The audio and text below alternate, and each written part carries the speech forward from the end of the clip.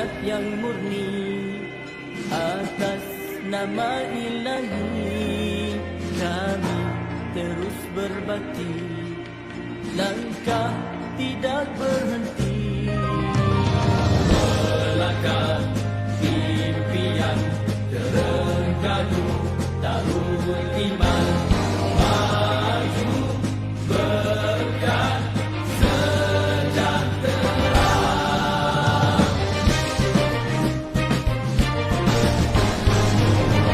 Maju Terengganu, maju di bawah suluhan wahyu, rakyat berdaya saing, kita gerak seiring, tiada yang ketinggalan, kerana adil pengagihan, juga seimbang tumpuan, bersama kita buktikan berkat bumi ini dengan hasil bumi, jangan dikufuri, wajib disyukuri, nikmat untuk semua, rahmat Maha Esa, tegakkan syariatnya, semua bahagia, negeri akan maju, bertanpa hibah, walaupun sejahteralah Darul Iman di bawah naungan Islam dan ihsan. Kebajikan, keadilan, kemajuan, kedamaian dinikmati, diwariskan, dilindungi, dipertahankan. Janji kami untuk semua, maju berkat sejahtera, tekad kami, impian semua, maju berkat sejahtera.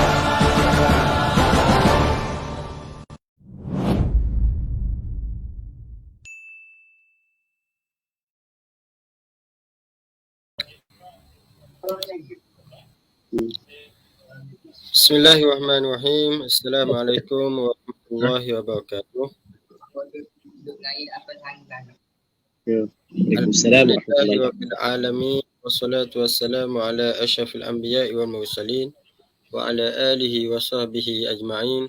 Qala rabbi shrah li sadri wa yassir li amri wahlul 'uqdatam min lisani yafqahu qawli, amma ba'd. Untuk memberkati lagi majlis kita pada malam ini, marilah sama-sama kita membukanya dengan ummul kitab Al-Fatihah. أعوذ بالله من الشيطان الرجيم بسم الله الرحمن الرحيم الحمد لله رب العالمين الرحمن الرحيم مالك يوم الدين إياك نعبد وإياك نستعين اهدنا الصراط المستقيم صراط الذين أنعمت عليهم غير المغضوب عليهم ولا الضالين. Alhamdulillah, bersyukur kita kepada Allah Subhanahu Wa Taala kerana pada malam ini kita dapat meneruskan lagi talaki kitab mingguan online kita bersama dengan Al-Fadil Ustaz Abu Usama Muhammad Hanafi bin Haji Hussein, dan pada malam ini iaitu pada siri yang ke-40. Alhamdulillah. Dan tanpa melengahkan masa, dengan ini saya menjemput dan mempersilakan Al-Fadil Ustaz untuk meneruskan talaki online kita pada malam ini. Dipersilakan Ustaz. Assalamualaikum warahmatullahi ta'ala wabarakatuh. Bismillah wassalatu wassalamu ala rasulillah wa ala alihi wa sahbihi wa man walah. Allahumma la sahla illa ma ja'altahu sahla wa anta taj'alul hazna idha syi'ta sahla. Allahumma barik lana fi a'malina, barik lana fi awqatina, barik lana fi kulli syai'in a'taytana. Allahumma ja'alna minas su'ada'il maqbulin wa la taj'alna minal ashqiya'il mardudin. Allahumma salli wa sallim wa barik ala sayyidina Muhammad wa ala alihi wa sahbihi ajma'in walhamdulillahi rabbil alamin. Terima kasih kepada Al-Fadhil Ustaz Mang selaku pengurusi majlis. Seterusnya kepada pihak penganjur muslimin muslimat yang mengikuti pengajian kitab Minhajul Talibin Semoga semuanya berada dalam rahmat Allah Subhanahu wa taala. Jadi insya-Allah kita sambung balik pengajian kitab Minhajul Talibin yang dikarang oleh Imam Nawawi rahimahullah subhanahu wa ta'ala, wa nafa'ana Allahu bi'ulumihi fid darain amin.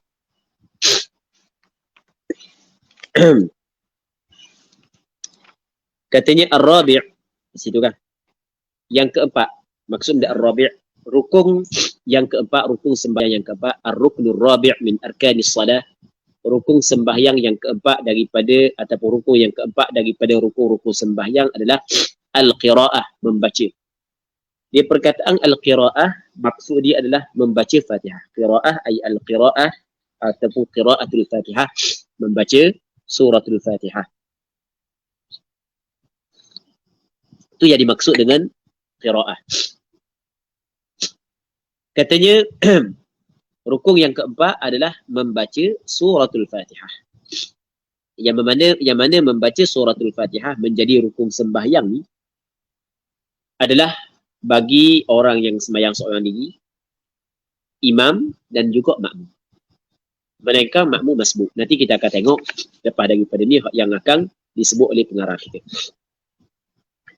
Lepas daripada dia cerita rukun yang keempat adalah membaca Fatihah, maka dia nak cerita pula perkara yang disunatkan bagi orang yang sembahyang sebelum daripada membaca Fatihah pada rakaat yang pertama.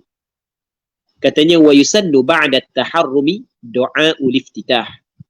Disunatkan selepas daripada taharrum, selepas daripada takbiratul ihram. Selepas daripada takbiratul ihram, itu makna taharrum. Disunatkan du'aul iftitah. Membaca doa iftitah. Di sana ada benda yang dinamakan sebagai doa iftitah. Dinamakan sebagai doa iftitah. Yang mana sunat bagi orang yang sembahyang, dia baca doa ni setelah daripada takbiratul ihram. Lepas daripada takbiratul ihram, sebelum daripada baca Fatihah, maka sunat dia baca doa iftitah. Tu tempat dia. Tapi bila dibaca Fatihah dah, masuk dalam baca Fatihah dah, maka habis dah tempat sunat membaca doa iftitah. Doa iftitah ni sebenarnya muslimin muslimat yang dirahmati oleh Allah Subhanahu wa taala. Kalau kita tengok dia ada banyak ataupun ada beberapa bacaan yang dibaca oleh Rasulullah setelah daripada mengangkat takbiratul ihram sebelum daripada baca Fatihah. Cuma hak yang masyhur, hak yang kita duk baca semua adalah wajjahtu wajhiya lilladzi fatara as-samawati wal ard hanifan musliman wa ma ana minal musyrikin inna salati wa nusuki wa mahyaya wa mamati wa mahyaya wa mamati. Boleh baca wa mahyaya wa mamatiya. Boleh baca gini. Wa mahyaya, dia hak yang masyhur baca wa mahyaya wa mamati. Tapi boleh baca wa mahyaya matiya wa mamati, dan boleh baca wa mahyaya wa mamatiya. Boleh baca belaka. Boleh faham? Boleh baca belaka. Inna salati wa nusuki wa mahyaya wa mamati lillahi rabbil alamin la syarika lahu wa bidzalika umirtu wa ana minal muslimin. Ini yang dimaksud dengan doa iftitah yang sunat kita baca selepas daripada takbiratul ihram. Thumma at-ta'awudz, kemudian at-ta'awudz. Ta'awudz ni maksud dia membaca a'udzu billahi minasyaitonir rajim. Jadi a'udzu billah baca setelah daripada doa iftitah sebelum daripada membaca Fatihah. Apa sunat baca ta'awudz? Kerana dalam Al-Quran Allah Subhanahu wa taala berfirman, "Fa idza qara'tal Qur'ana fasta'idz billahi minasyaitonir rajim." Apabila mu baca Al-Quran, maka apabila mu berkehendak membaca Al-Quran, itu maksud idza qara'tal Qur'an fa idza qara'tal Qur'an ay fa idza aradta an taqra'al Qur'an. Allah Taala kata dalam Al-Quran, fa idza qara'tal Qur'ana fasta'idz billahi minasyaitonir rajim. Apabila mu baca Al-Quran, maksudnya apabila mu nak baca Al-Quran termasuklah Fatihah, maka hendaklah mu berlindung kepada Allah daripada syaitan yang kena rejam. Baik. Lepas tu nak baca mana? Baca macam yang kita bacalah. Biasa baca a'udzubillahi minasyaitonir rajim ataupun a'udzubillahi as-sami'il 'alim minasyaitonir rajim.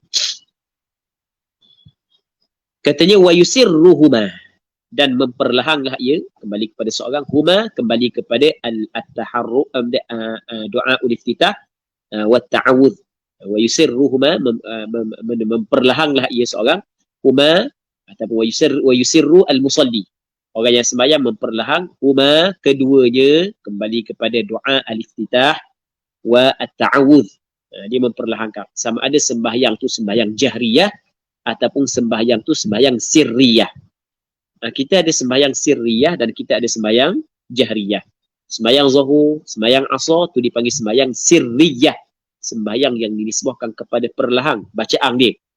Manakala sembahyang maghrib, sembahyang isya, sembahyang subuh, oleh kerana 2 rakaat yang pertama baca dengan nyaring, maka dinamakan sembahyang tu sembahyang jahriyah. Orang tu sembahyang sirriyah ke jahriyah ke, dalam masalah doa iftitah dengan ta'awudz sunat dia memperlahankan keduanya. Itu maksud wa yusirruhuma nadban. Sama ada yusirruhuma maksudnya yusirruhuma nadban. Nadban ni secara sunat lah. Bukan wajib pun. Hukum dia sunat, dia memperlahankan bacaan doa iftitah dengan at-ta'awudz. Katanya wa yata'awwadhu fi kulli rak'atin 'ala al-madhhab. Dan hendaklah dia ataupun ya ta'awudz, berta'awudz dia. Berta'awudzlah ia al-musalli, orang yang sembahyang. Dia berta'awudz fi kulli rak'atin, pada setiap rakaat. Jadi bermakna kalau 4 rakaat 4 kali ta'awudz. Kalau 3 rakaat 3 kali ta'awudz. Kalau 2 rakaat 2 kali ta'awudz. Okey, faham? Jadi sunat dia ta'awudz pada setiap rakaat. Kerana ta'awudz ni, ta'awudz adalah kerana baca Al-Quran. Fa idza qara'ta al-Quran fasta'idz billah. Ta'awudz adalah kerana baca Al-Quran. Baca Al-Quran, baca Fatihah pada rakaat yang pertama, dia lain daripada baca Fatihah pada rakaat yang kedua, lain daripada baca Fatihah pada rakaat yang ketiga, lain daripada baca Fatihah pada rakaat yang keempat. Apa kata lain? Lain ni maksudnya asing-asing, suku-suku. Sebab apa dia kata suku-suku? Sebab bacaan Fatihah pada rakaat pertama dengan kedua diselangi, diceraikan oleh perbuatan-perbuatan dan bacaan-bacaan yang lain. Tidak gitu. Maka oleh kerana bacaan Fatihah pada rakaat yang kedua adalah asing, lain daripada baca Fatihah daripada rakaat yang pertama, buktinya adalah diceraikan di antara 2 bacaan tersebut dengan perbuatan dan bacaan-bacaan lain. Maka sebab itulah disunatkan baca a'udzubillah pada setiap rakaat. Okay, boleh faham? Namun di sana ada pandangan yang kedua. Sebab tu dia kata alal madhab. Alal madhab ni di atas pandangan yang kuat di dalam khilaf meriwayatkan madhab. Tu kena ingat dulu. Tu ingat dulu kita bincang dah pada muqaddimah. Apakah yang dimaksud dengan al-madhab? Jadi bermakna di sana ada pandangan yang kedua mengatakan sunat baca ta'awudz hanya pada rakaat yang pertama sahaja. Kerana Fatihah pada rakaat yang kedua, yang ketiga, yang keempat dikirakan satu saja. Dikirakan satu bacaan.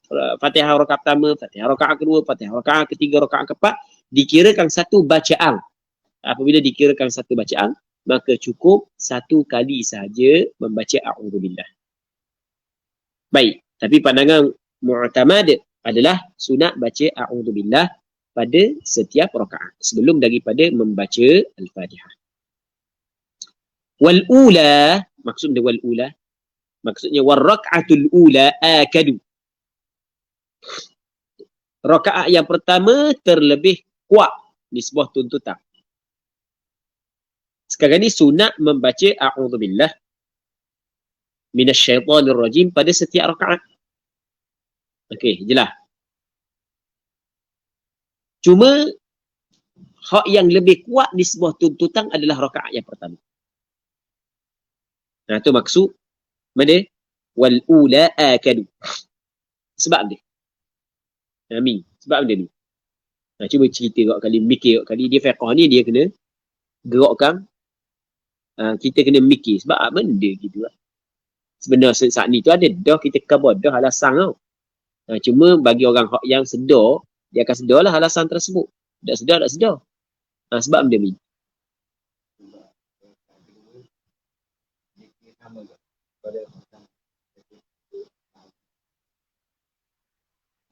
Maksudnya, kenapakah rakaat yang pertama lebih kuat nisbah tuntutan berbanding dengan rakaat kedua baca a'udzubillah.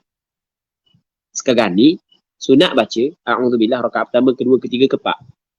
Soalannya kenapa patut dikatakan rakaat yang pertama adalah sunat muakkadah. Jadi rakaat yang kedua sunnah juga tapi tidaklah sekuat rakaat yang pertama. Soalannya kenapakah rakaat yang pertama lebih kuat? Kadu lebih kuat nisbah tuntutan berbanding dengan baca a'udzubillah pada rakaat yang lain. Sebab dia. Fendi, sebab dia.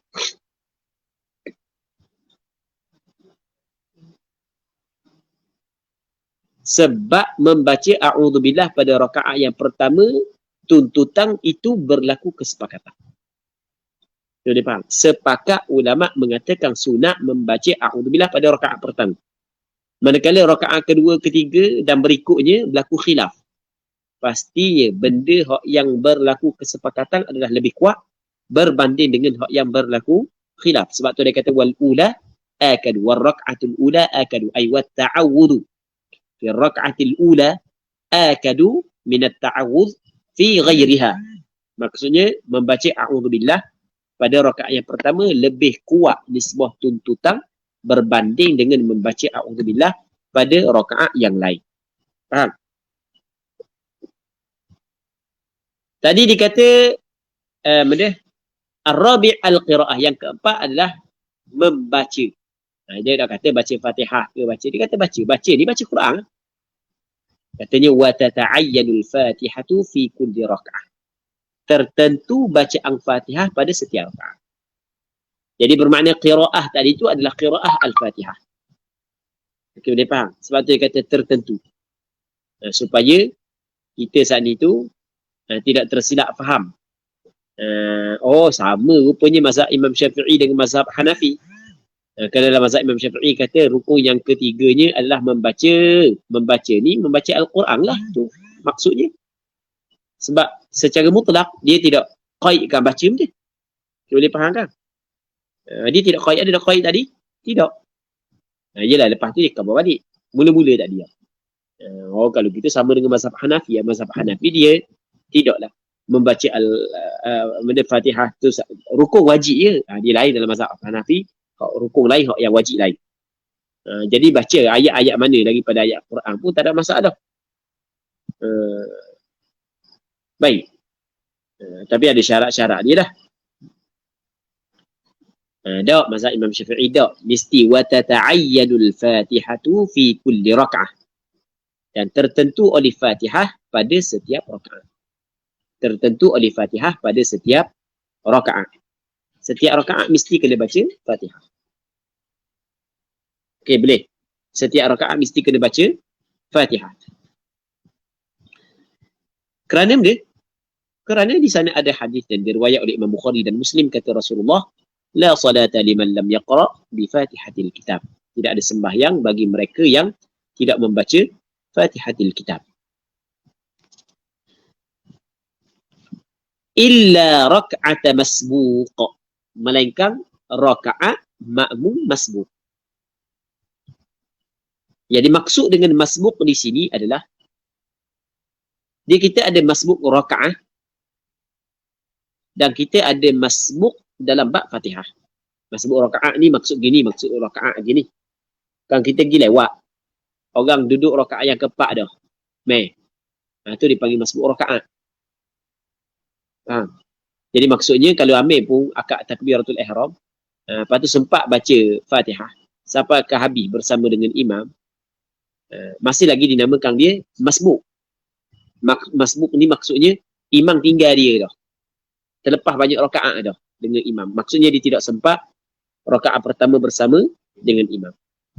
Tapi masbuq di sini adalah masbuq Fatihah dipanggil. Masbuq dia, masbuq yang berkait dengan Fatihah. Yang mana ia boleh berlaku pada rakaat pertama, rakaat kedua, rakaat ketiga dan rakaat yang keempat. Jadi orang ni dia datang lewat. Jadi tu imam rokok, dia baru sampai Allahu Akbar. Maka dia terus rokok bersama dengan imam. Bila dia dang tumakninah bersama dengan imam dalam rukuk, maka kira dang rakaat tersebut. Walaupun dia tidak baca Fatihah. Walaupun dia tidak baca Fatihah. Kerana bacaan Fatihah bagi makmum masbuk adalah tidak wajib. Itu dikata illa raka'ata masbuk. Mereka rakaat masbuk. Jadi kalau kita tengok zahir apa yang disebut oleh Imam Nawawi adalah bacaan Fatihah. Bacaan Fatihah bagi makmum masbuk adalah tidak wajib. Kalau dia faham.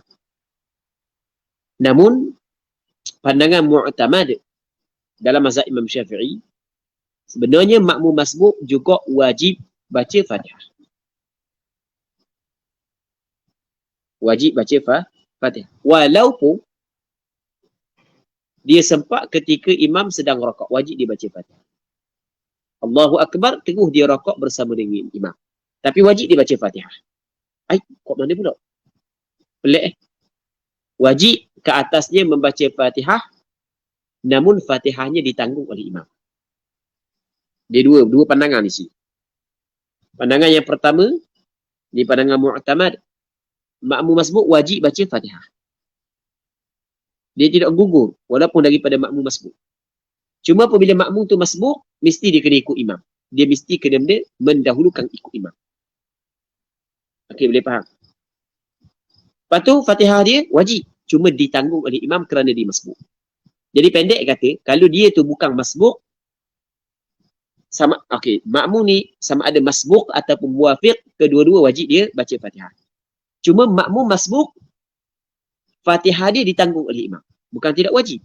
Wajib tapi ditanggung oleh imam. Okey, nampak? Di sana ada pandangan yang kedua mengatakan, ini bukan pandangan mu'tamad, makmum masbuk tidak wajib baca Fatihah. Okey, boleh faham? Dan beza mana antara dua masalah ni? Okey, beza gini. Atas pandangan mu'tamad, imam menanggung Fatihah makmum masbuk, maka disyaratkan imam yang ingin menanggung Fatihah makmum masbuk, imam saat itu bukan imam yang berhadas. Okey, boleh faham? Sebab imam yang berhadas, dia tidak boleh tanggung sebab dia tak sah sembahyang dia. Sama juga bukan pada rakaat yang lebih. Sebab rakaat yang lebih tidak dikirakan untuk imam. Macam mana dia tanggung Fatihah makmum sedangkan rakaat itu tidak dikirakan untuk dia. Namun atas pandangan yang pertama, tak ada masalah.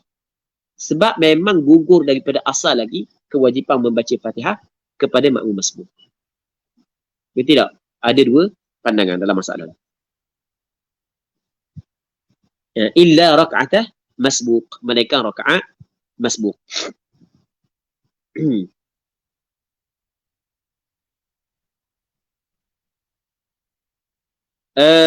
Katanya, wal basmalatu minha, dan membaca bismillah adalah daripada Fatihah ataupun bismillahirrahmanirrahim adalah minha, daripada Fatihah. Maksudnya bismillahirrahmanirrahim adalah satu ayat daripada Fatihah. Muslimin muslimat yang dirahmati oleh Allah Subhanahu wa taala. Jadi sepakat ulama mengatakan ada tuntutan membaca Fatihah di dalam sembahyang. Sepakat. Cuma adakah bismillahirrahmanirrahim termasuk dalam ayat Fatihah ataupun tidak? Di sini berlaku khilaf. Mazhab Imam Syafi'i, dia kata mana? Bismillahirrahmanirrahim adalah satu ayat daripada Fatihah.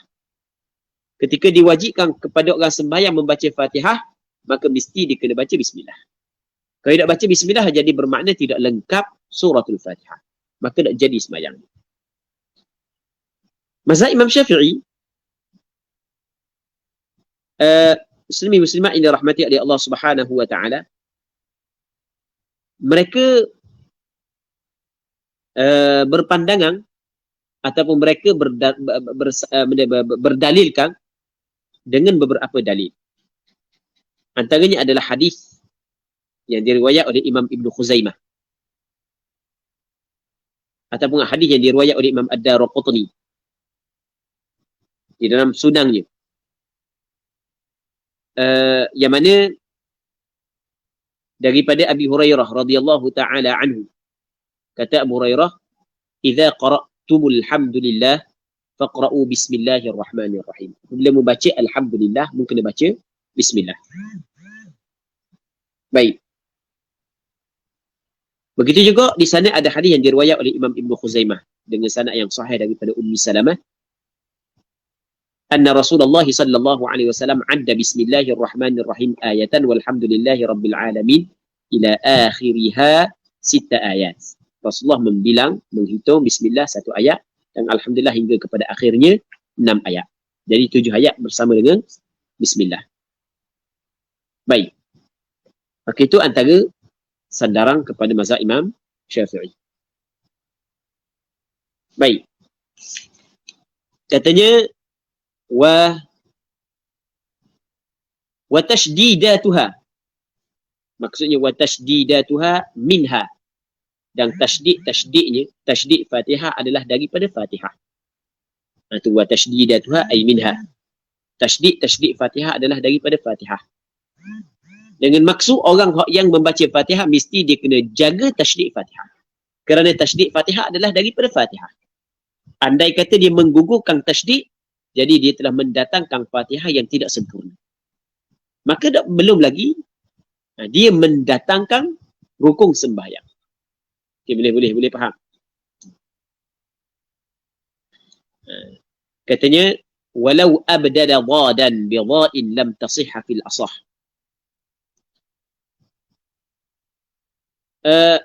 Antara syarat Fatihah adalah tidak boleh seseorang itu tukar satu huruf daripada Fatihah dengan huruf yang lain. Walaupun makhraj dia dekat. Walaupun dia makhraj dia dekat. Antara contohnya adalah seorang tu dia tukar huruf dha dengan huruf dha. Dalam Fatihah tidak ada huruf dha. Tiba-tiba dia tukar dha kepada dha. Maka tidak sah mengikut kaul mu'tamad ataupun pandangan mu'tamad. Itu maksudnya walau abdada dhadan bi dha. Sekiranya dia menukarkan dha dengan dha. Dia dha dia makhraj dia berbeza sebenarnya. Tapi tak jauh mana. Dia berbeza. Dia dha ni dia panggil makhraj dia adalah hafah al-lisan, tepi lidah. Dia makhraj dia tepi lidah naik kepada gigi adras, gigi gerahang hak atas. Sama ada lidah kanan ataupun tepi lidah kiri. Hafah lisan. Dia berbeza dengan makhraj dha. Dha hujung lidah dengan gigi thanaya atas.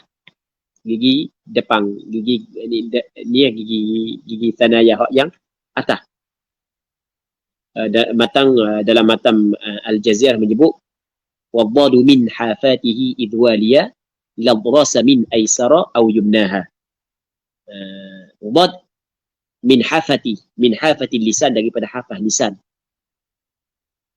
Yang mana hafah lisan saat itu dinaikkan kepada gigi adras, gigi gerahang, sama ada ke sebelah kanan min aysara aw yumnaha, ataupun dua-dua sekali. Tapi dua-dua payahlah.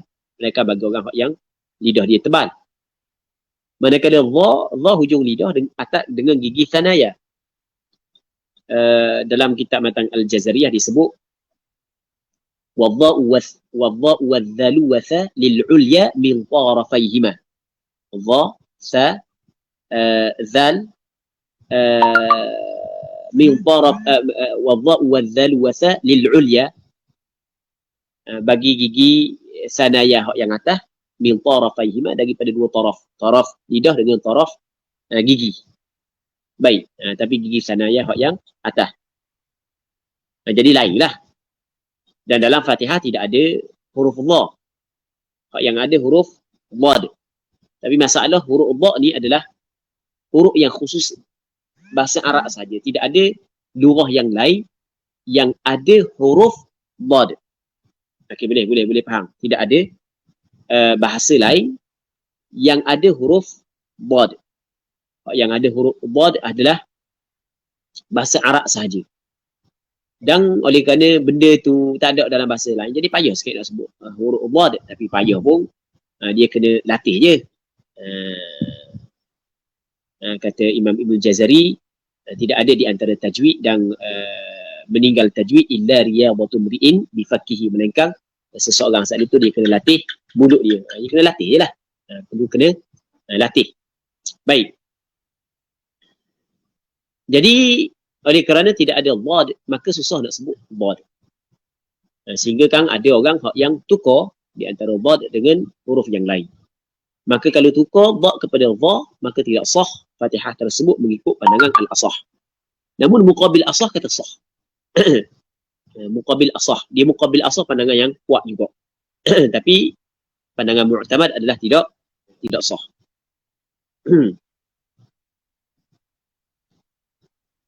Katanya wa yajibu tartibuha wa muwalatuha.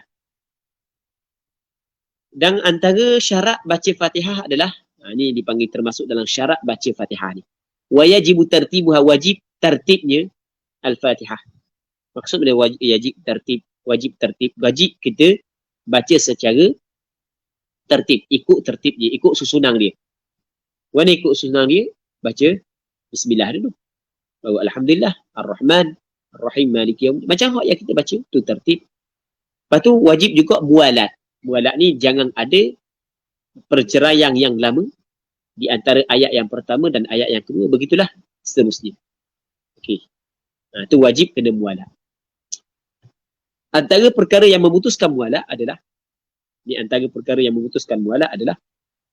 diam yang lama di antara satu ayat dengan ayat yang lain, ataupun diam yang sebentar dengan qasar untuk memutuskan bacaan, ataupun dia meletakkan ataupun memasukkan di celah ayat-ayat Fatihah dengan zikir yang asing yang tidak ada kait dengan masalah sembahyang. Maka kesemua perkara tersebut memutuskan mualat Fatihah. Okey, boleh faham? Okey, yang pertama memutuskan mualat Fatihah dengan benda berhenti yang lama. Pada huruf kata, lama dah berhenti ya. Dia baca Ar-Rahmanir Rahim, Maliki Yaumiddin. Dia berhenti. Mana lama? Huruf kata gitu. Jadi seolah-olah kalau orang dengar dia baca, macam dia saat itu tak sambung dah bacaan. Maka tu dikirakan dia yang lama. Maka dia yang lama, muslimin-muslimat yang dirahmati oleh Allah Subhanahu wa taala, menyebabkan putus mualat. Melainkan apabila ada keuzuran. Ada keuzuran tak ada masalah. Contohnya ada keuzuran, orang tu gemuk. Jadi apabila gemuk dia bangun daripada rakaat kedua kepada rakaat pertama, bangun daripada sujud kepada rakaat kedua, dia banyak guna tenaga. Siapa atas ambil nafas sikit, tengok baca Fatihah, Bismillahirrahmanirrahim. Tak ada nafas. Leluh. Dia baca lagi Alhamdulillah. Ambil nafas. 3 minit. Okey, tu ada keuzuran.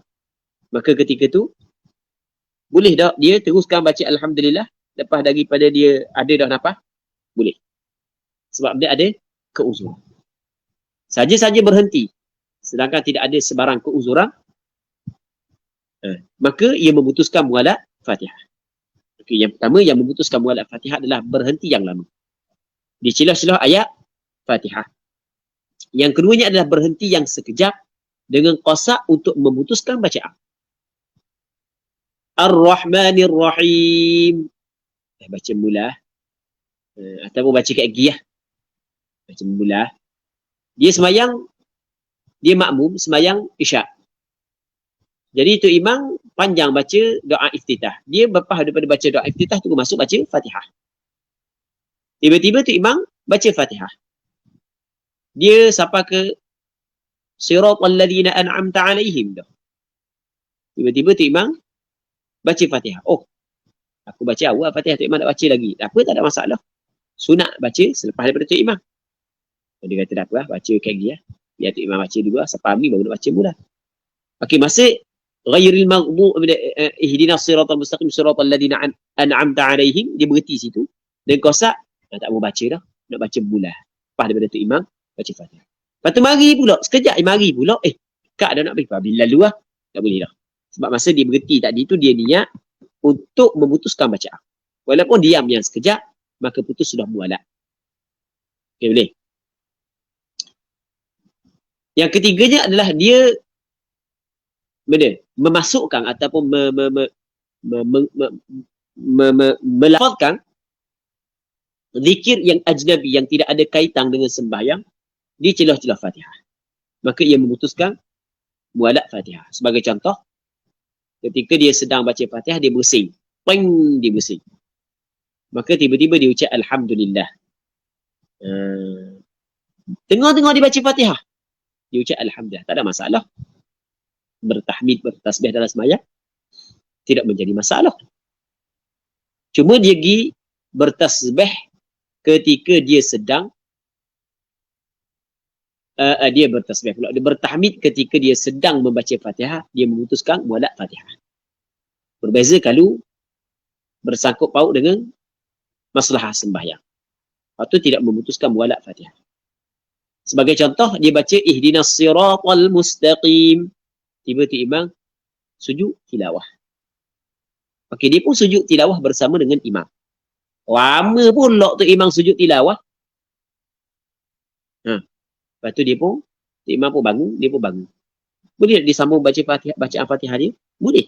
Kerana itu adalah maslahah sembahyang. Baik. Muslimin muslimat yang dirahmati oleh Allah Subhanahu wa taala.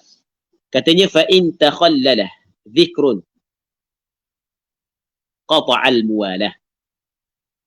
Maka jika dicelahi oleh zikir di antara ayat-ayat Fatihah, di tengah-tengah ayat Fatihah dicelahi oleh zikir. Tapi zikir di sini adalah zikir ajnabi. Maksud zikir ajnabi adalah zikir yang tidak ada kaitan dengan maslahah sembahyang. Boleh faham? Sebagai contoh, dia tengah sembahyang, tiba-tiba orang beri salam. Dia jawab tak boleh. Waalaikumsalam tak boleh. Tak boleh. Waalaikumsalam tak boleh. Batas sembahyang. Sebab ada benda, ada khitab. Sebab kita dalam sembahyang, kita tidak boleh. Kata Rasulullah, inna hadhihi salah la yasluhu fiha syai'un min kalamin nas. Sembahyang ni tidak layak sedikit pun daripada kalam manusia di dalamnya. Maka sebab itulah jawab salam tak boleh dalam sembahyang. Sebab wa'alaikum kepada kamu, khitab kepada orang. Tak boleh. Faham? Itu kena jaga. Kadang-kadang tak sedar. Tak sedar nak buat mana atau dimaafkan.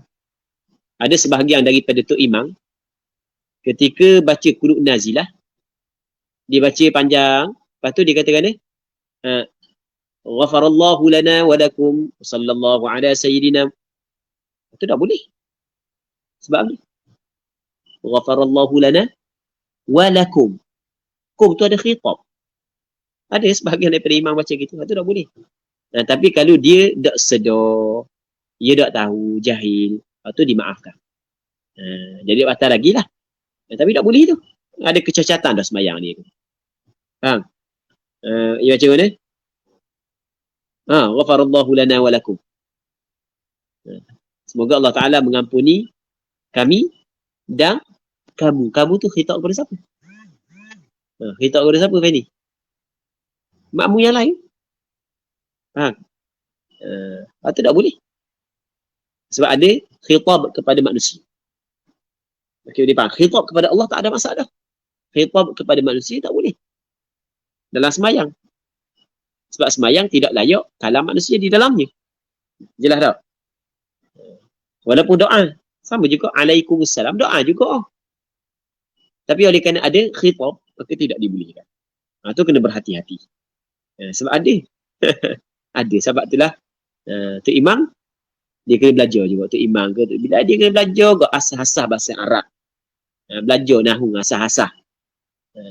Jangan rasa selesa dalam keadaan tersebut. Tapi bukanlah wajib. Kita kata kena belajarlah asas. Jangan duduk selesa lah. Sebab takut melakukan kesilapan macam hak yang kita kebosan ni itulah. Macam hak yang kita kebosan. Tapi manusia sebenarnya tidak terlepas daripada melakukan kesilapan. Tetapi biarlah kita belajar. Gitu. Muslimin muslimat yang dirahmati oleh Allah Subhanahu wa taala. Jadi katanya fa in takhallala dhikrun qata'al muwalah. Jika dicelahi oleh zikir. Zikir ni zikir ajnabi. Orang masuk salam dia assalamualaikum. Dia pun subhanallah. Dia kata gitu subhanallah. Maka tu dipanggil zikir ajnabi. Kalau dia ucap subhanallah untuk khabar kepada ataupun ucapan tersebut memberi isyarat kepada orang yang mari saat ni tu bahawa dia sembahyang, tapi dengan kosak dia berzikir lah, bukan semata-mata nak khabar, maka dikirakan zikir ajnabi. Okay, boleh faham? Ia memutuskan dia mualat Fatihah. Sebab banyak nak cerita bab lain dah ingat dah. Tak cerita bab asah. Tapi ujung mari nak mula. Qata'al muwalah, memutus ia akan mualah. Apabila putus mualah kena baca Fatihah semula. Kalau tidak baca mula Fatihah, maka dia tak baca semula Fatihah. Maka Fatihah dikirakan tak ada. Fatihah yang tidak ada mualah, yang terputus mualah, dikirakan seperti tidak ada Fatihah. Kerana Fatihah yang terputus mualah adalah Fatihah yang tidak cukup syarat. Apabila tidak cukup syarat, maka Fatihah tersebut tidak dihitung, tidak dikira. Bila tidak dikira, ada dengan tak ada, hukum dia sama. Wujuduhu kal ma'dum. Ataupun wujuduha kal ma'dum. Ataupun wujuduha kal ma'dumah. Adanya seperti benda yang tiada. Okey, boleh faham? Maka tak sah sembahyang dia kerana dia tinggal rukuk.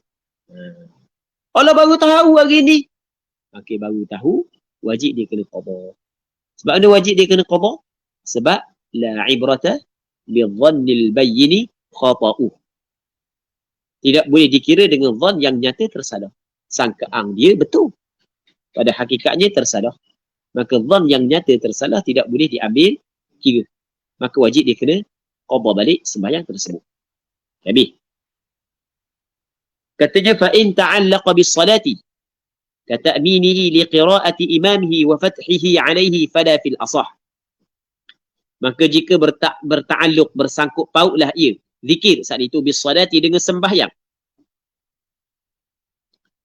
Kata'minihi, seperti mengucap aminnya makmum, liqira'ati imamihi, kerana bacaan imamnya. Kalau makmum mengucap amin kerana bacaan imamnya, maka tu dipanggil dia ada kaitan dengan sembahyang. Sebab memang dituntut kepada makmum mengucap amin apabila tu imam mengucap amin. Kata Rasulullah, idza ammana al-imamu fa aminu. Tengok. Apabila imam mengucap amin, maka hendaklah kamu mengucap amin. Mungkin kena ucap amin. Kalau tu imam ucap amin, mungkin kena ucap amin. Pasal suruh.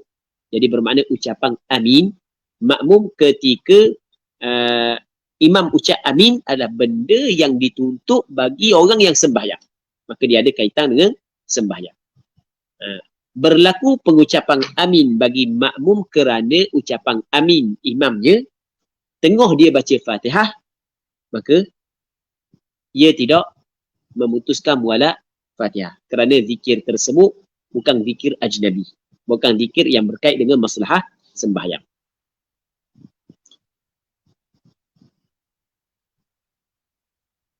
Wa fathihi alaihi, dan mengajarnya makmum alaihi alal imam. Dia ajar ni maksud dia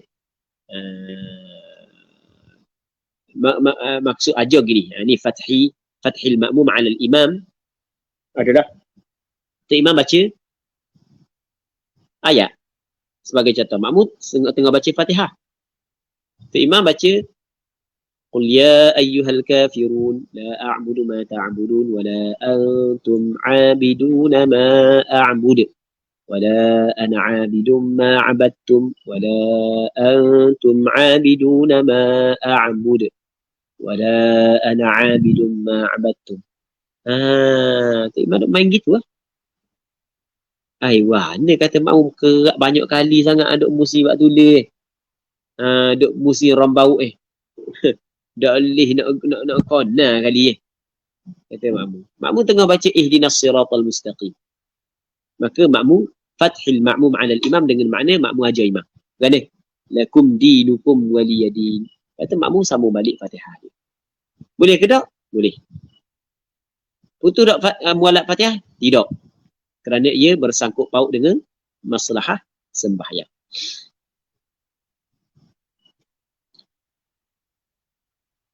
Katanya kata'minihi li qira'ati imamihi wa fathihi 'alaiha fala maka tidak, maksudnya fala yaqta'u al-muwalah, maka dia tidak memutus akan muwalah Fatihah.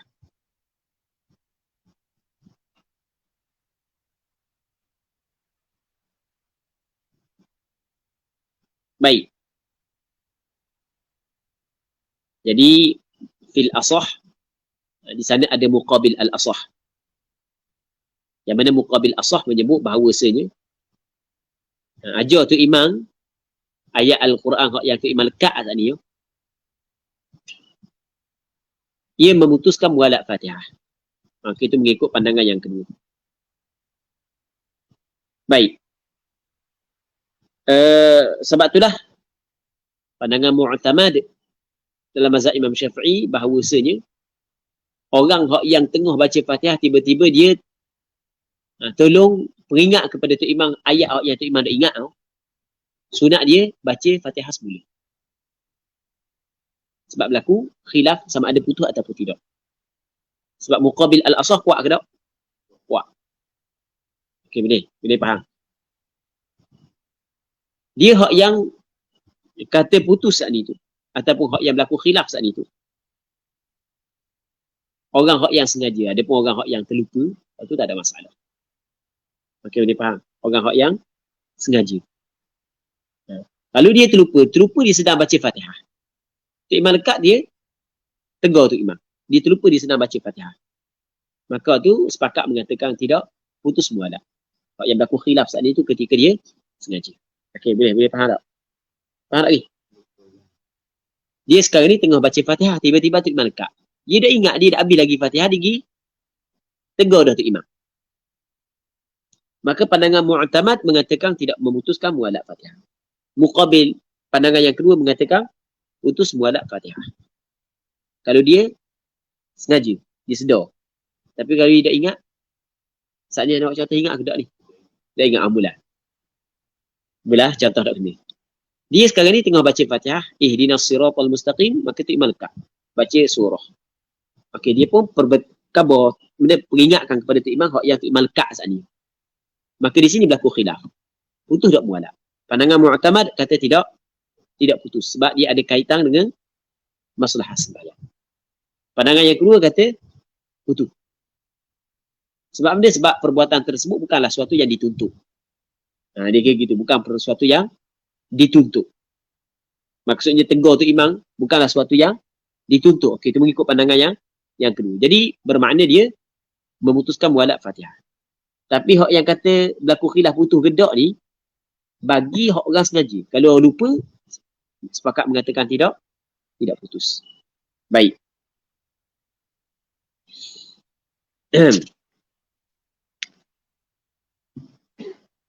Katanya wa yaqta'us sukutut tawil, dan memutuslah ia ataupun memutus wa yaqta'us sukutut tawil ay al-muwalah, maksudnya memutus oleh diam yang lama akan muwalat Fatihah. Lama dia diam lama ni kira uruf lah. Baik. Tapi ni bagi orang hak yang sengaja lah. Tapi kalau orang hak yang terlupa ataupun tak nak elok dah, tu nak buat mana? Macam yang kita contoh lelah dia ataupun terlupa. Sakit ekor. Sakit ekor. Tapi kuat sangat. Dalam 45. Allah Rabbi. Contoh. Jadi sakit ekor. Berhenti lama. Gitu. Okey, itu tak ada masalah lah sebab ada masalah.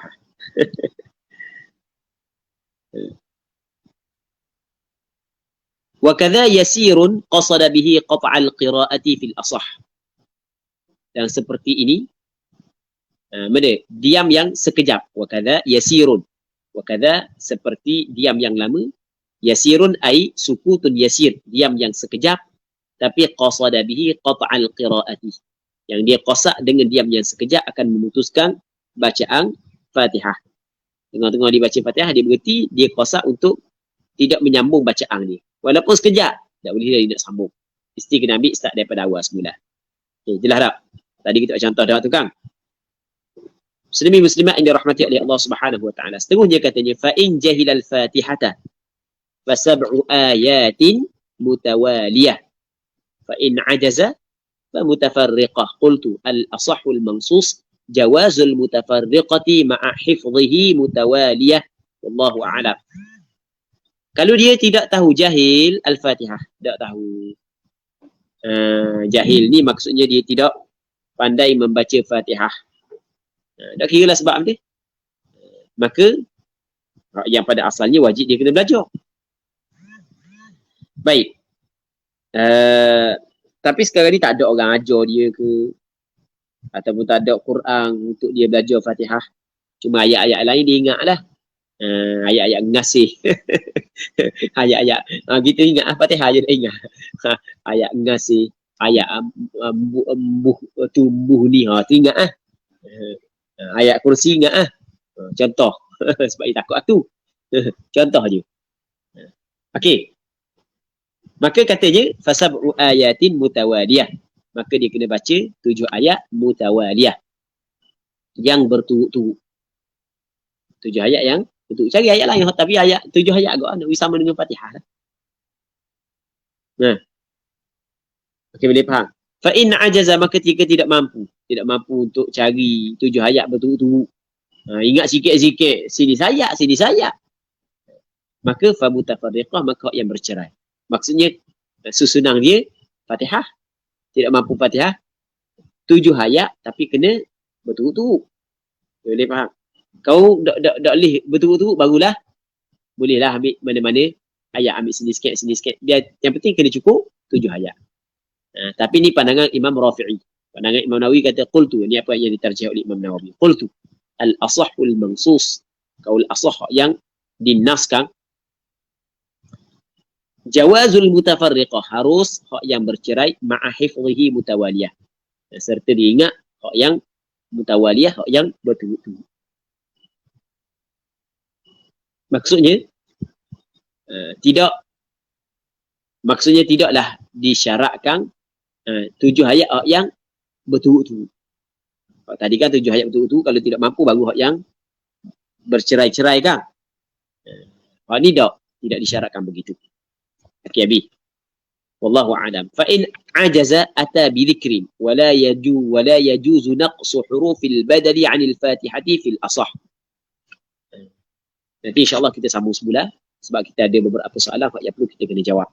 Jadi untuk malam ni kita berhenti sini dulu. Allah Subhanahu wa taala a'la wa a'lam wa sallallahu ala sayyidina Muhammad wa ala alihi wa sahbihi ajma'in walhamdulillahi rabbil alamin. Kita ada soalan soalan yang pertama daripada saudara Khairul Aizam Abdullah. Assalamualaikum Ustaz. Waalaikumsalam. Nak minta Ustaz ulah berkenaan solat atas kursi. Syukran. Okey. Berkenaan dengan masalah solat di atas kursi. Jadi hak yang malang kita cerita berdiri dalam bagi sembahyang fardu ataupun berdiri untuk sembahyang fardu bagi orang yang mampu, hukum dia adalah wajib. Maksudnya dia termasuk dalam hukum sembahyang. Ketika mana orang tu tidak mampu berdiri, maka baru boleh dia duduk, ataupun dia mampu berdiri tetapi dia perlu menanggung kesusahan yang teruk, maka boleh dia duduk. Itu mengikut mazhab Imam Syafi'i. Baik. Bagaimana dia nak duduk, hak tu boleh berlaku. Ingat tak malang di dalam Imam Nawawi kata ni, walau ajaza 'anil qiyam qa'ada kaifa sya'. Kalau dia tidak mampu untuk berdiri, maka dia boleh duduk bagaimana dia kehendak. Duduk mana pun tak ada masalah. Duduk sel dia ke, duduk tahiyat awal ke, duduk tahiyat akhir ke, duduk tenggong ke, duduk bujur ke. Dan termasuk juga duduk di atas kerusi. Tak gitu. Sama duduk atas kerusi pun sama jugalah.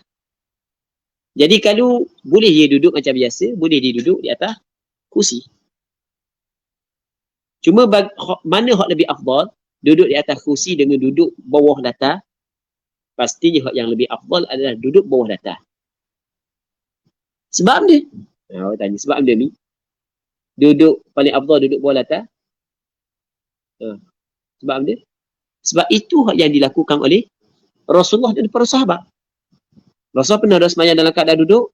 Pernah. Sahabat pernah ada sembahyang keadaan duduk? Pernah. Tapi Rasul duduk mana? Atas-atas. Jadi, lebih afdal kita ittiba'. Mana ittiba'? Ikut Nabi SAW. Okay, boleh? Boleh faham? Ketika kita duduk atas-atas, mana hak yang lebih afdal? Kita duduk iftirash ke? Duduk tawarruk ke? Jelas. Dalam kitab Malang dikatakan waftirashuhu afdal. Duduk iftirash adalah lebih afdal. Boleh faham? Duduk iftirash adalah lebih afdal. Jadi kalau orang tanya semayang atas kursi, duduk atas kursi dengan duduk bawah bagi orang yang tidak mampu berdiri, mana lebih afdal? Lebih afdal duduk bawah. Sebab dia? Sebab Rasul duduk bawah. Sedangkan di zaman Rasul ada tak kursi? Ada kursi. Tak ada apa-apa ada kursi. Di zaman Rasul ada kursi.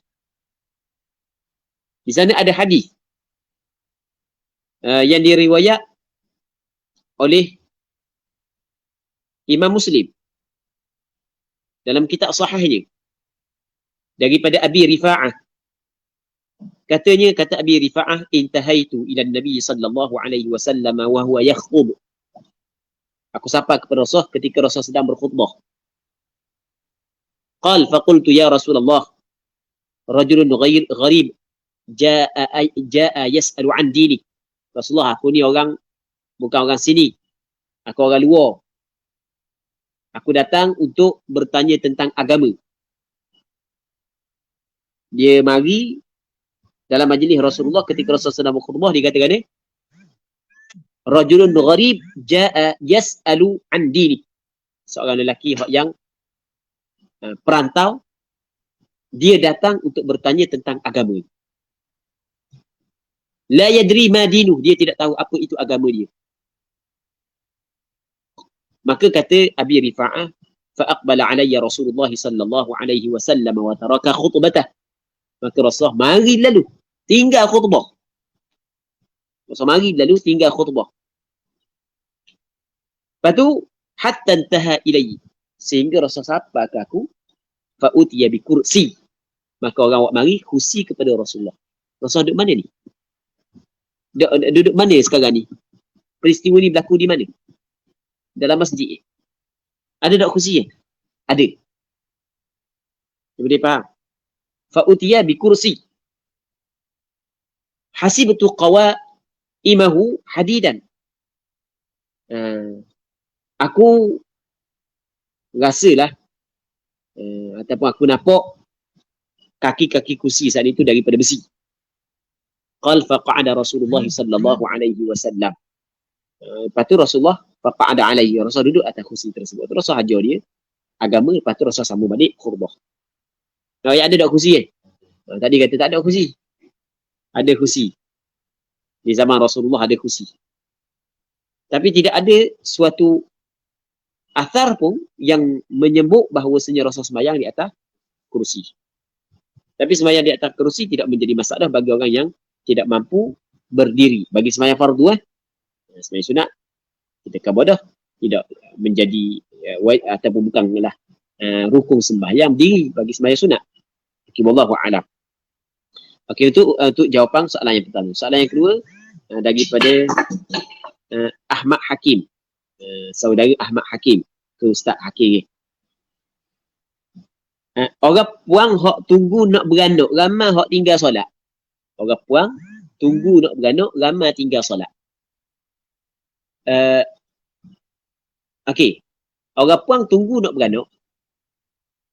Kalau sekiranya dia saat itu mukallaf ataupun dia tu mukallafah. Dia berakal. Dia bukan gila. Maka wajib dia sembahyang. Sebab kalau nak beranak ni tak mungkin kanak-kanak. Sebab dia mukallaf kan mesti balik dengan berakal kan. Dia dah contoh kanak-kanak. Kanak-kanak mana nak beranak Jadi kalau dia berakal, maka wajib dia kena sembahyang apabila masuk waktu sembahyang. Kerana sembahyang adalah suatu ibadat yang diwajibkan kepada mukallaf apabila cukup syarat wajib dia. Baik. Jadi, melainkan bagi orang yang ada mani'. Mani' iaitu haid dan nifas. Jadi ketika perempuan nak masuk ataupun nak tunggu nak beranak, wajib dia kena sembahyang. Melainkan kalau dia keluar darah sebelum daripada nak beranak, atas pandangan sebahagian daripada ulama' dikirakan sebagai darah nifas. Dia darah yang keluar sehari, 2 hari sebelum daripada nak beranak. Ada dah sakit nak beranak tapi keluar darah. Ada pandangan ulama' mengatakan darah nifas. Okey, atas pandangan tu gugur kewajipan sembahyang atas dia, tak boleh sembahyang. Tapi tidak atas pandangan mazhab Imam Syafi'i. Pandangan mazhab Imam Syafi'i tidak dinamakan sebagai nifas, melainkan darah yang keluar setelah daripada bersalin. Setelah daripada kosong rahim daripada kehamilan. Darah yang keluar sebelum daripada bersalin dikirakan darah sakit nak bersalin. Darah tu darah fasad, ia tidak menggugurkan kewajipan sembahyang. Wajib orang patut sembahyang. Kalau tidak sembahyang, dia berdosa. Kalau tidak sembahyang, dia berdosa. Nah, kalau terlalu sakit sangat, Allah nak ambil warna gelepar kali. Okey, hal tu tak ada masalah dah. Dimaafkanlah untuk dia sebab ada keuzuran. Namun dia tetap wajib dia kena Allah lepas daripada ni. Baik. Sikit-sikit, sakit sikit-sikit itu biasa. Sakit sikit-sikit dia tidak menggugurkan kewajipan sembahyang. Dia baru dah sembahyang sakit demam. Mana boleh? Mukallaf ke tak? Mukallaf. Dah mukallaf kena sembahyang. Jadi perempuan yang tidak sembahyang ketika menunggu ketika menunggu nak beranak, hukum dia adalah haram. Wajib dia kena bertaubat dan wajib dia kena qada balik sembahyang tersebut. Wallahu a'lam. Soalan daripada saudara Muhammad Kamil Abdullah. Assalamualaikum. Waalaikumsalam. Nak tanya, jika seorang itu hanya Muhammad Kamil dia katakan nak tanya, jika seorang itu hanya mampu solat duduk, yang mana lebih afdal? Solat atas kursi tak dapat sujud atau solat di atas lantai dapat sujud? Okey. Dia sekarang ni dia tak dia tak boleh berdiri, maka dia kena sembahyang dalam keadaan duduk. Itu jelas dah. Cuma kalau dia sembahyang atas kursi, dia tak boleh sujud macam biasa. Tapi kalau dia sembahyang duduk atas latar, baru dia boleh sujud macam biasa. Mana lebih afdal? Dia bukan lebih afdal di sini. Benda, Fendi. Wajib dia kena sembahyang duduk di atas lantai. Tidak boleh dia sembahyang di atas kursi. Sebab dia. Sebab sujud tu rukun. Wajib dia kena sujud seperti biasa. Tuntutan qiyam satu, tuntutan rokok satu, tuntutan sujud satu. Okey, boleh faham? Jadi ketika dia sembahyang duduk atas latar, maka dia mampu untuk melakukan sujud seperti biasa, maka wajib dia kena duduk atas latar. Sebab kalau dia duduk atas kursi, menyebabkan dia akan meninggalkan perkara yang diwajibkan kepada dia. Bukan soal afdal di sini. Bukan wajib. Kita boleh faham. Itu kita kena faham. Qiyam satu rukun, rokok satu rukun, sujud satu rukun, yang lain. Tak semesti orang tidak mampu qiyam, dia tidak mampu sujud dan rokok. Tak mampu qiyam, duduk. Tapi rokok dengan sujud mesti kena buat macam biasa. Okey, boleh. Kalau tidak mampu qiyam, tidak mampu rokok, tidak mampu sujud, barulah isyarat. Kalau tidak mampu qiyam, mampu sujud, mesti kena sujud macam biasa. Kalau sembahyang atas kursi tak disujud macam biasa, kalau sembahyang atas latar, boleh sujud macam biasa, wajib dia kena sembahyang atas latar. Okay, boleh faham? Wajib dia kena sembahyang atas latar. Pada asal, qa'ada kaifa sya'a. Dia duduklah bagaimana dia kehendak. Tapi di sini tidak boleh dia pilih. Nak duduk mana-mana. Sebab apa? Sebab ma la yatimmul wajibu illa bihi fahuwa wajib. Perkara yang tidak sempurna benda yang wajib melainkan dengannya, maka hukum dia wajib. Tidak sempurna kewajipan sujud melainkan dengan duduk di atas lantai, maka menjadi wajib dia duduk di atas lantai. Walaupun pada asalnya boleh dipilih di antara duduk di atas kerusi dan duduk di atas lantai. Okey, soalan berikutnya daripada kalau seorang yang sakit berdiri solat, dia hanya berdiri untuk memenuhi rukun solat. Lepas tu dia duduk pada hanya rakaat kedua sehingga selesai solat. Seorang tu yang sakit berdiri solat, dia hanya berdiri untuk memenuhi rukun solat. Lepas tu dia duduk pada hanya rakaat kedua hingga selesai solat. Okey, kalau seorang yang sakit berdiri solat, dia hanya berdiri untuk memenuhi rukun solat. Dan selepas tu, okey, macam kita khabar malang kita khabar ganda, dia sakit ni, dia tidak menggugurkan kewajipan berdiri. Betul tak gitu? Dalil je lah hadis Imran bin Husain. Ketika Imran bin Husain sakit buasi, bagi jumpa Rasulullah, tanya tentang dia, tentang sembahyang. Tentang Rasulullah katakan ni, salli qa'iman. Mu kena sembahyang dalam keadaan berdiri. Sakit dia tidak menggugurkan kewajipan berdiri. Apakah yang menggugurkan kewajipan berdiri?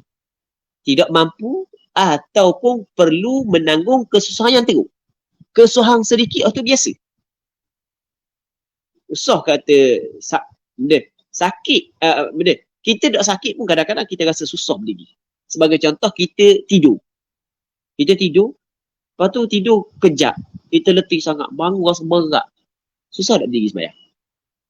Orang sihat-sihat lain lah. Kalau orang hok darah-darah pula, berat nana rasa berdiri, susah.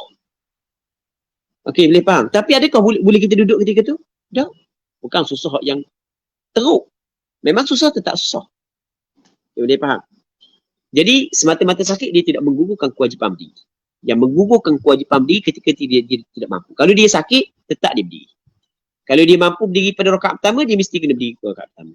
Kalau mampu juga berdiri rakaat kedua, mesti kena berdiri rakaat kedua. Ada orang dia mampu berdiri sekejap, tapi dia tidak mampu berdiri lama. Maka wajib dia kena berdiri sekejap. Manakala rakaat yang kedua, boleh dia duduk, tiga boleh dia duduk. Wallahu a'lam. Okey, jadi untuk hari ni, untuk malam ni kita berhenti sini dulu. InsyaAllah kita sambung balik pada minggu-minggu akan datang. Wallahu subhanahu wa ta'ala a'la wa a'lam. Sallallahu ala sayyidina Muhammad wa ala alihi wa sahbihi ajma'in. Walhamdulillahi rabbil alamin.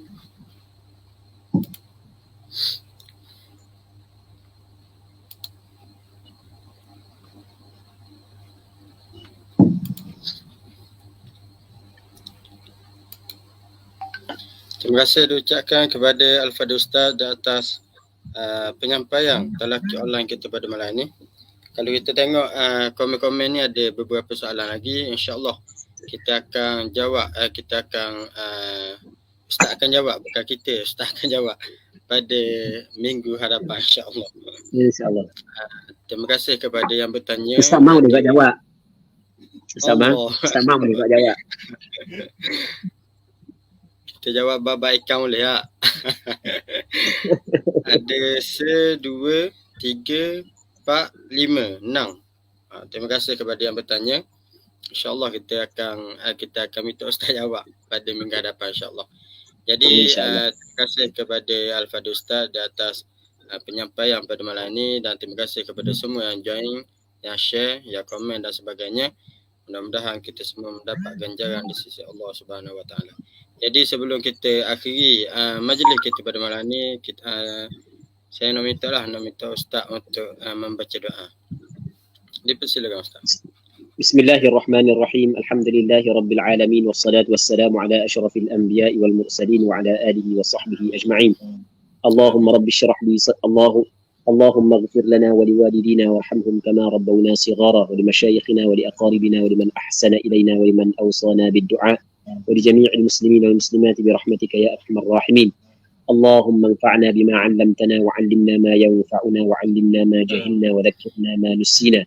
اللهم إنا نسألك الهدى والتقى والعفاف والغنى. اللهم اجعل جمعنا هذا جمعا مرحوما وتفرقنا من بعده تفرقا معصوما. اللهم أنزل الرحمة علينا وعلى أهل بيتنا وعلى جميع المسلمين والمسلمات برحمتك يا أرحم الراحمين.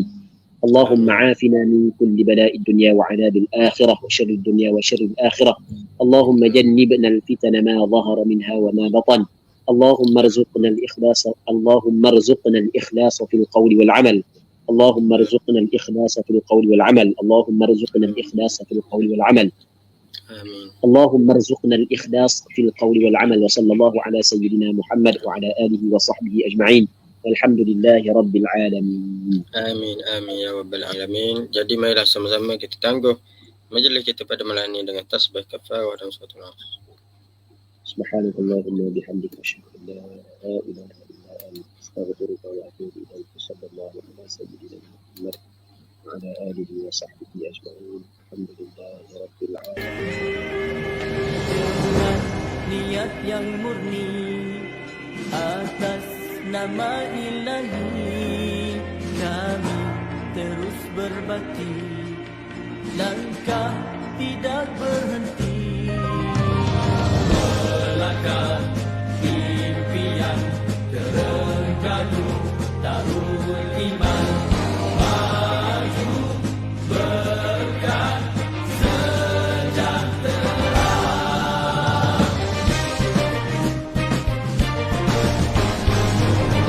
Maju Terengganu, maju di bawah suluhan wahyu, rakyat berdaya saing, kita gerak seiring, tiada yang ketinggalan, kerana adil pengagihan, juga seimbang tumpuan, bersama kita buktikan berkat bumi ini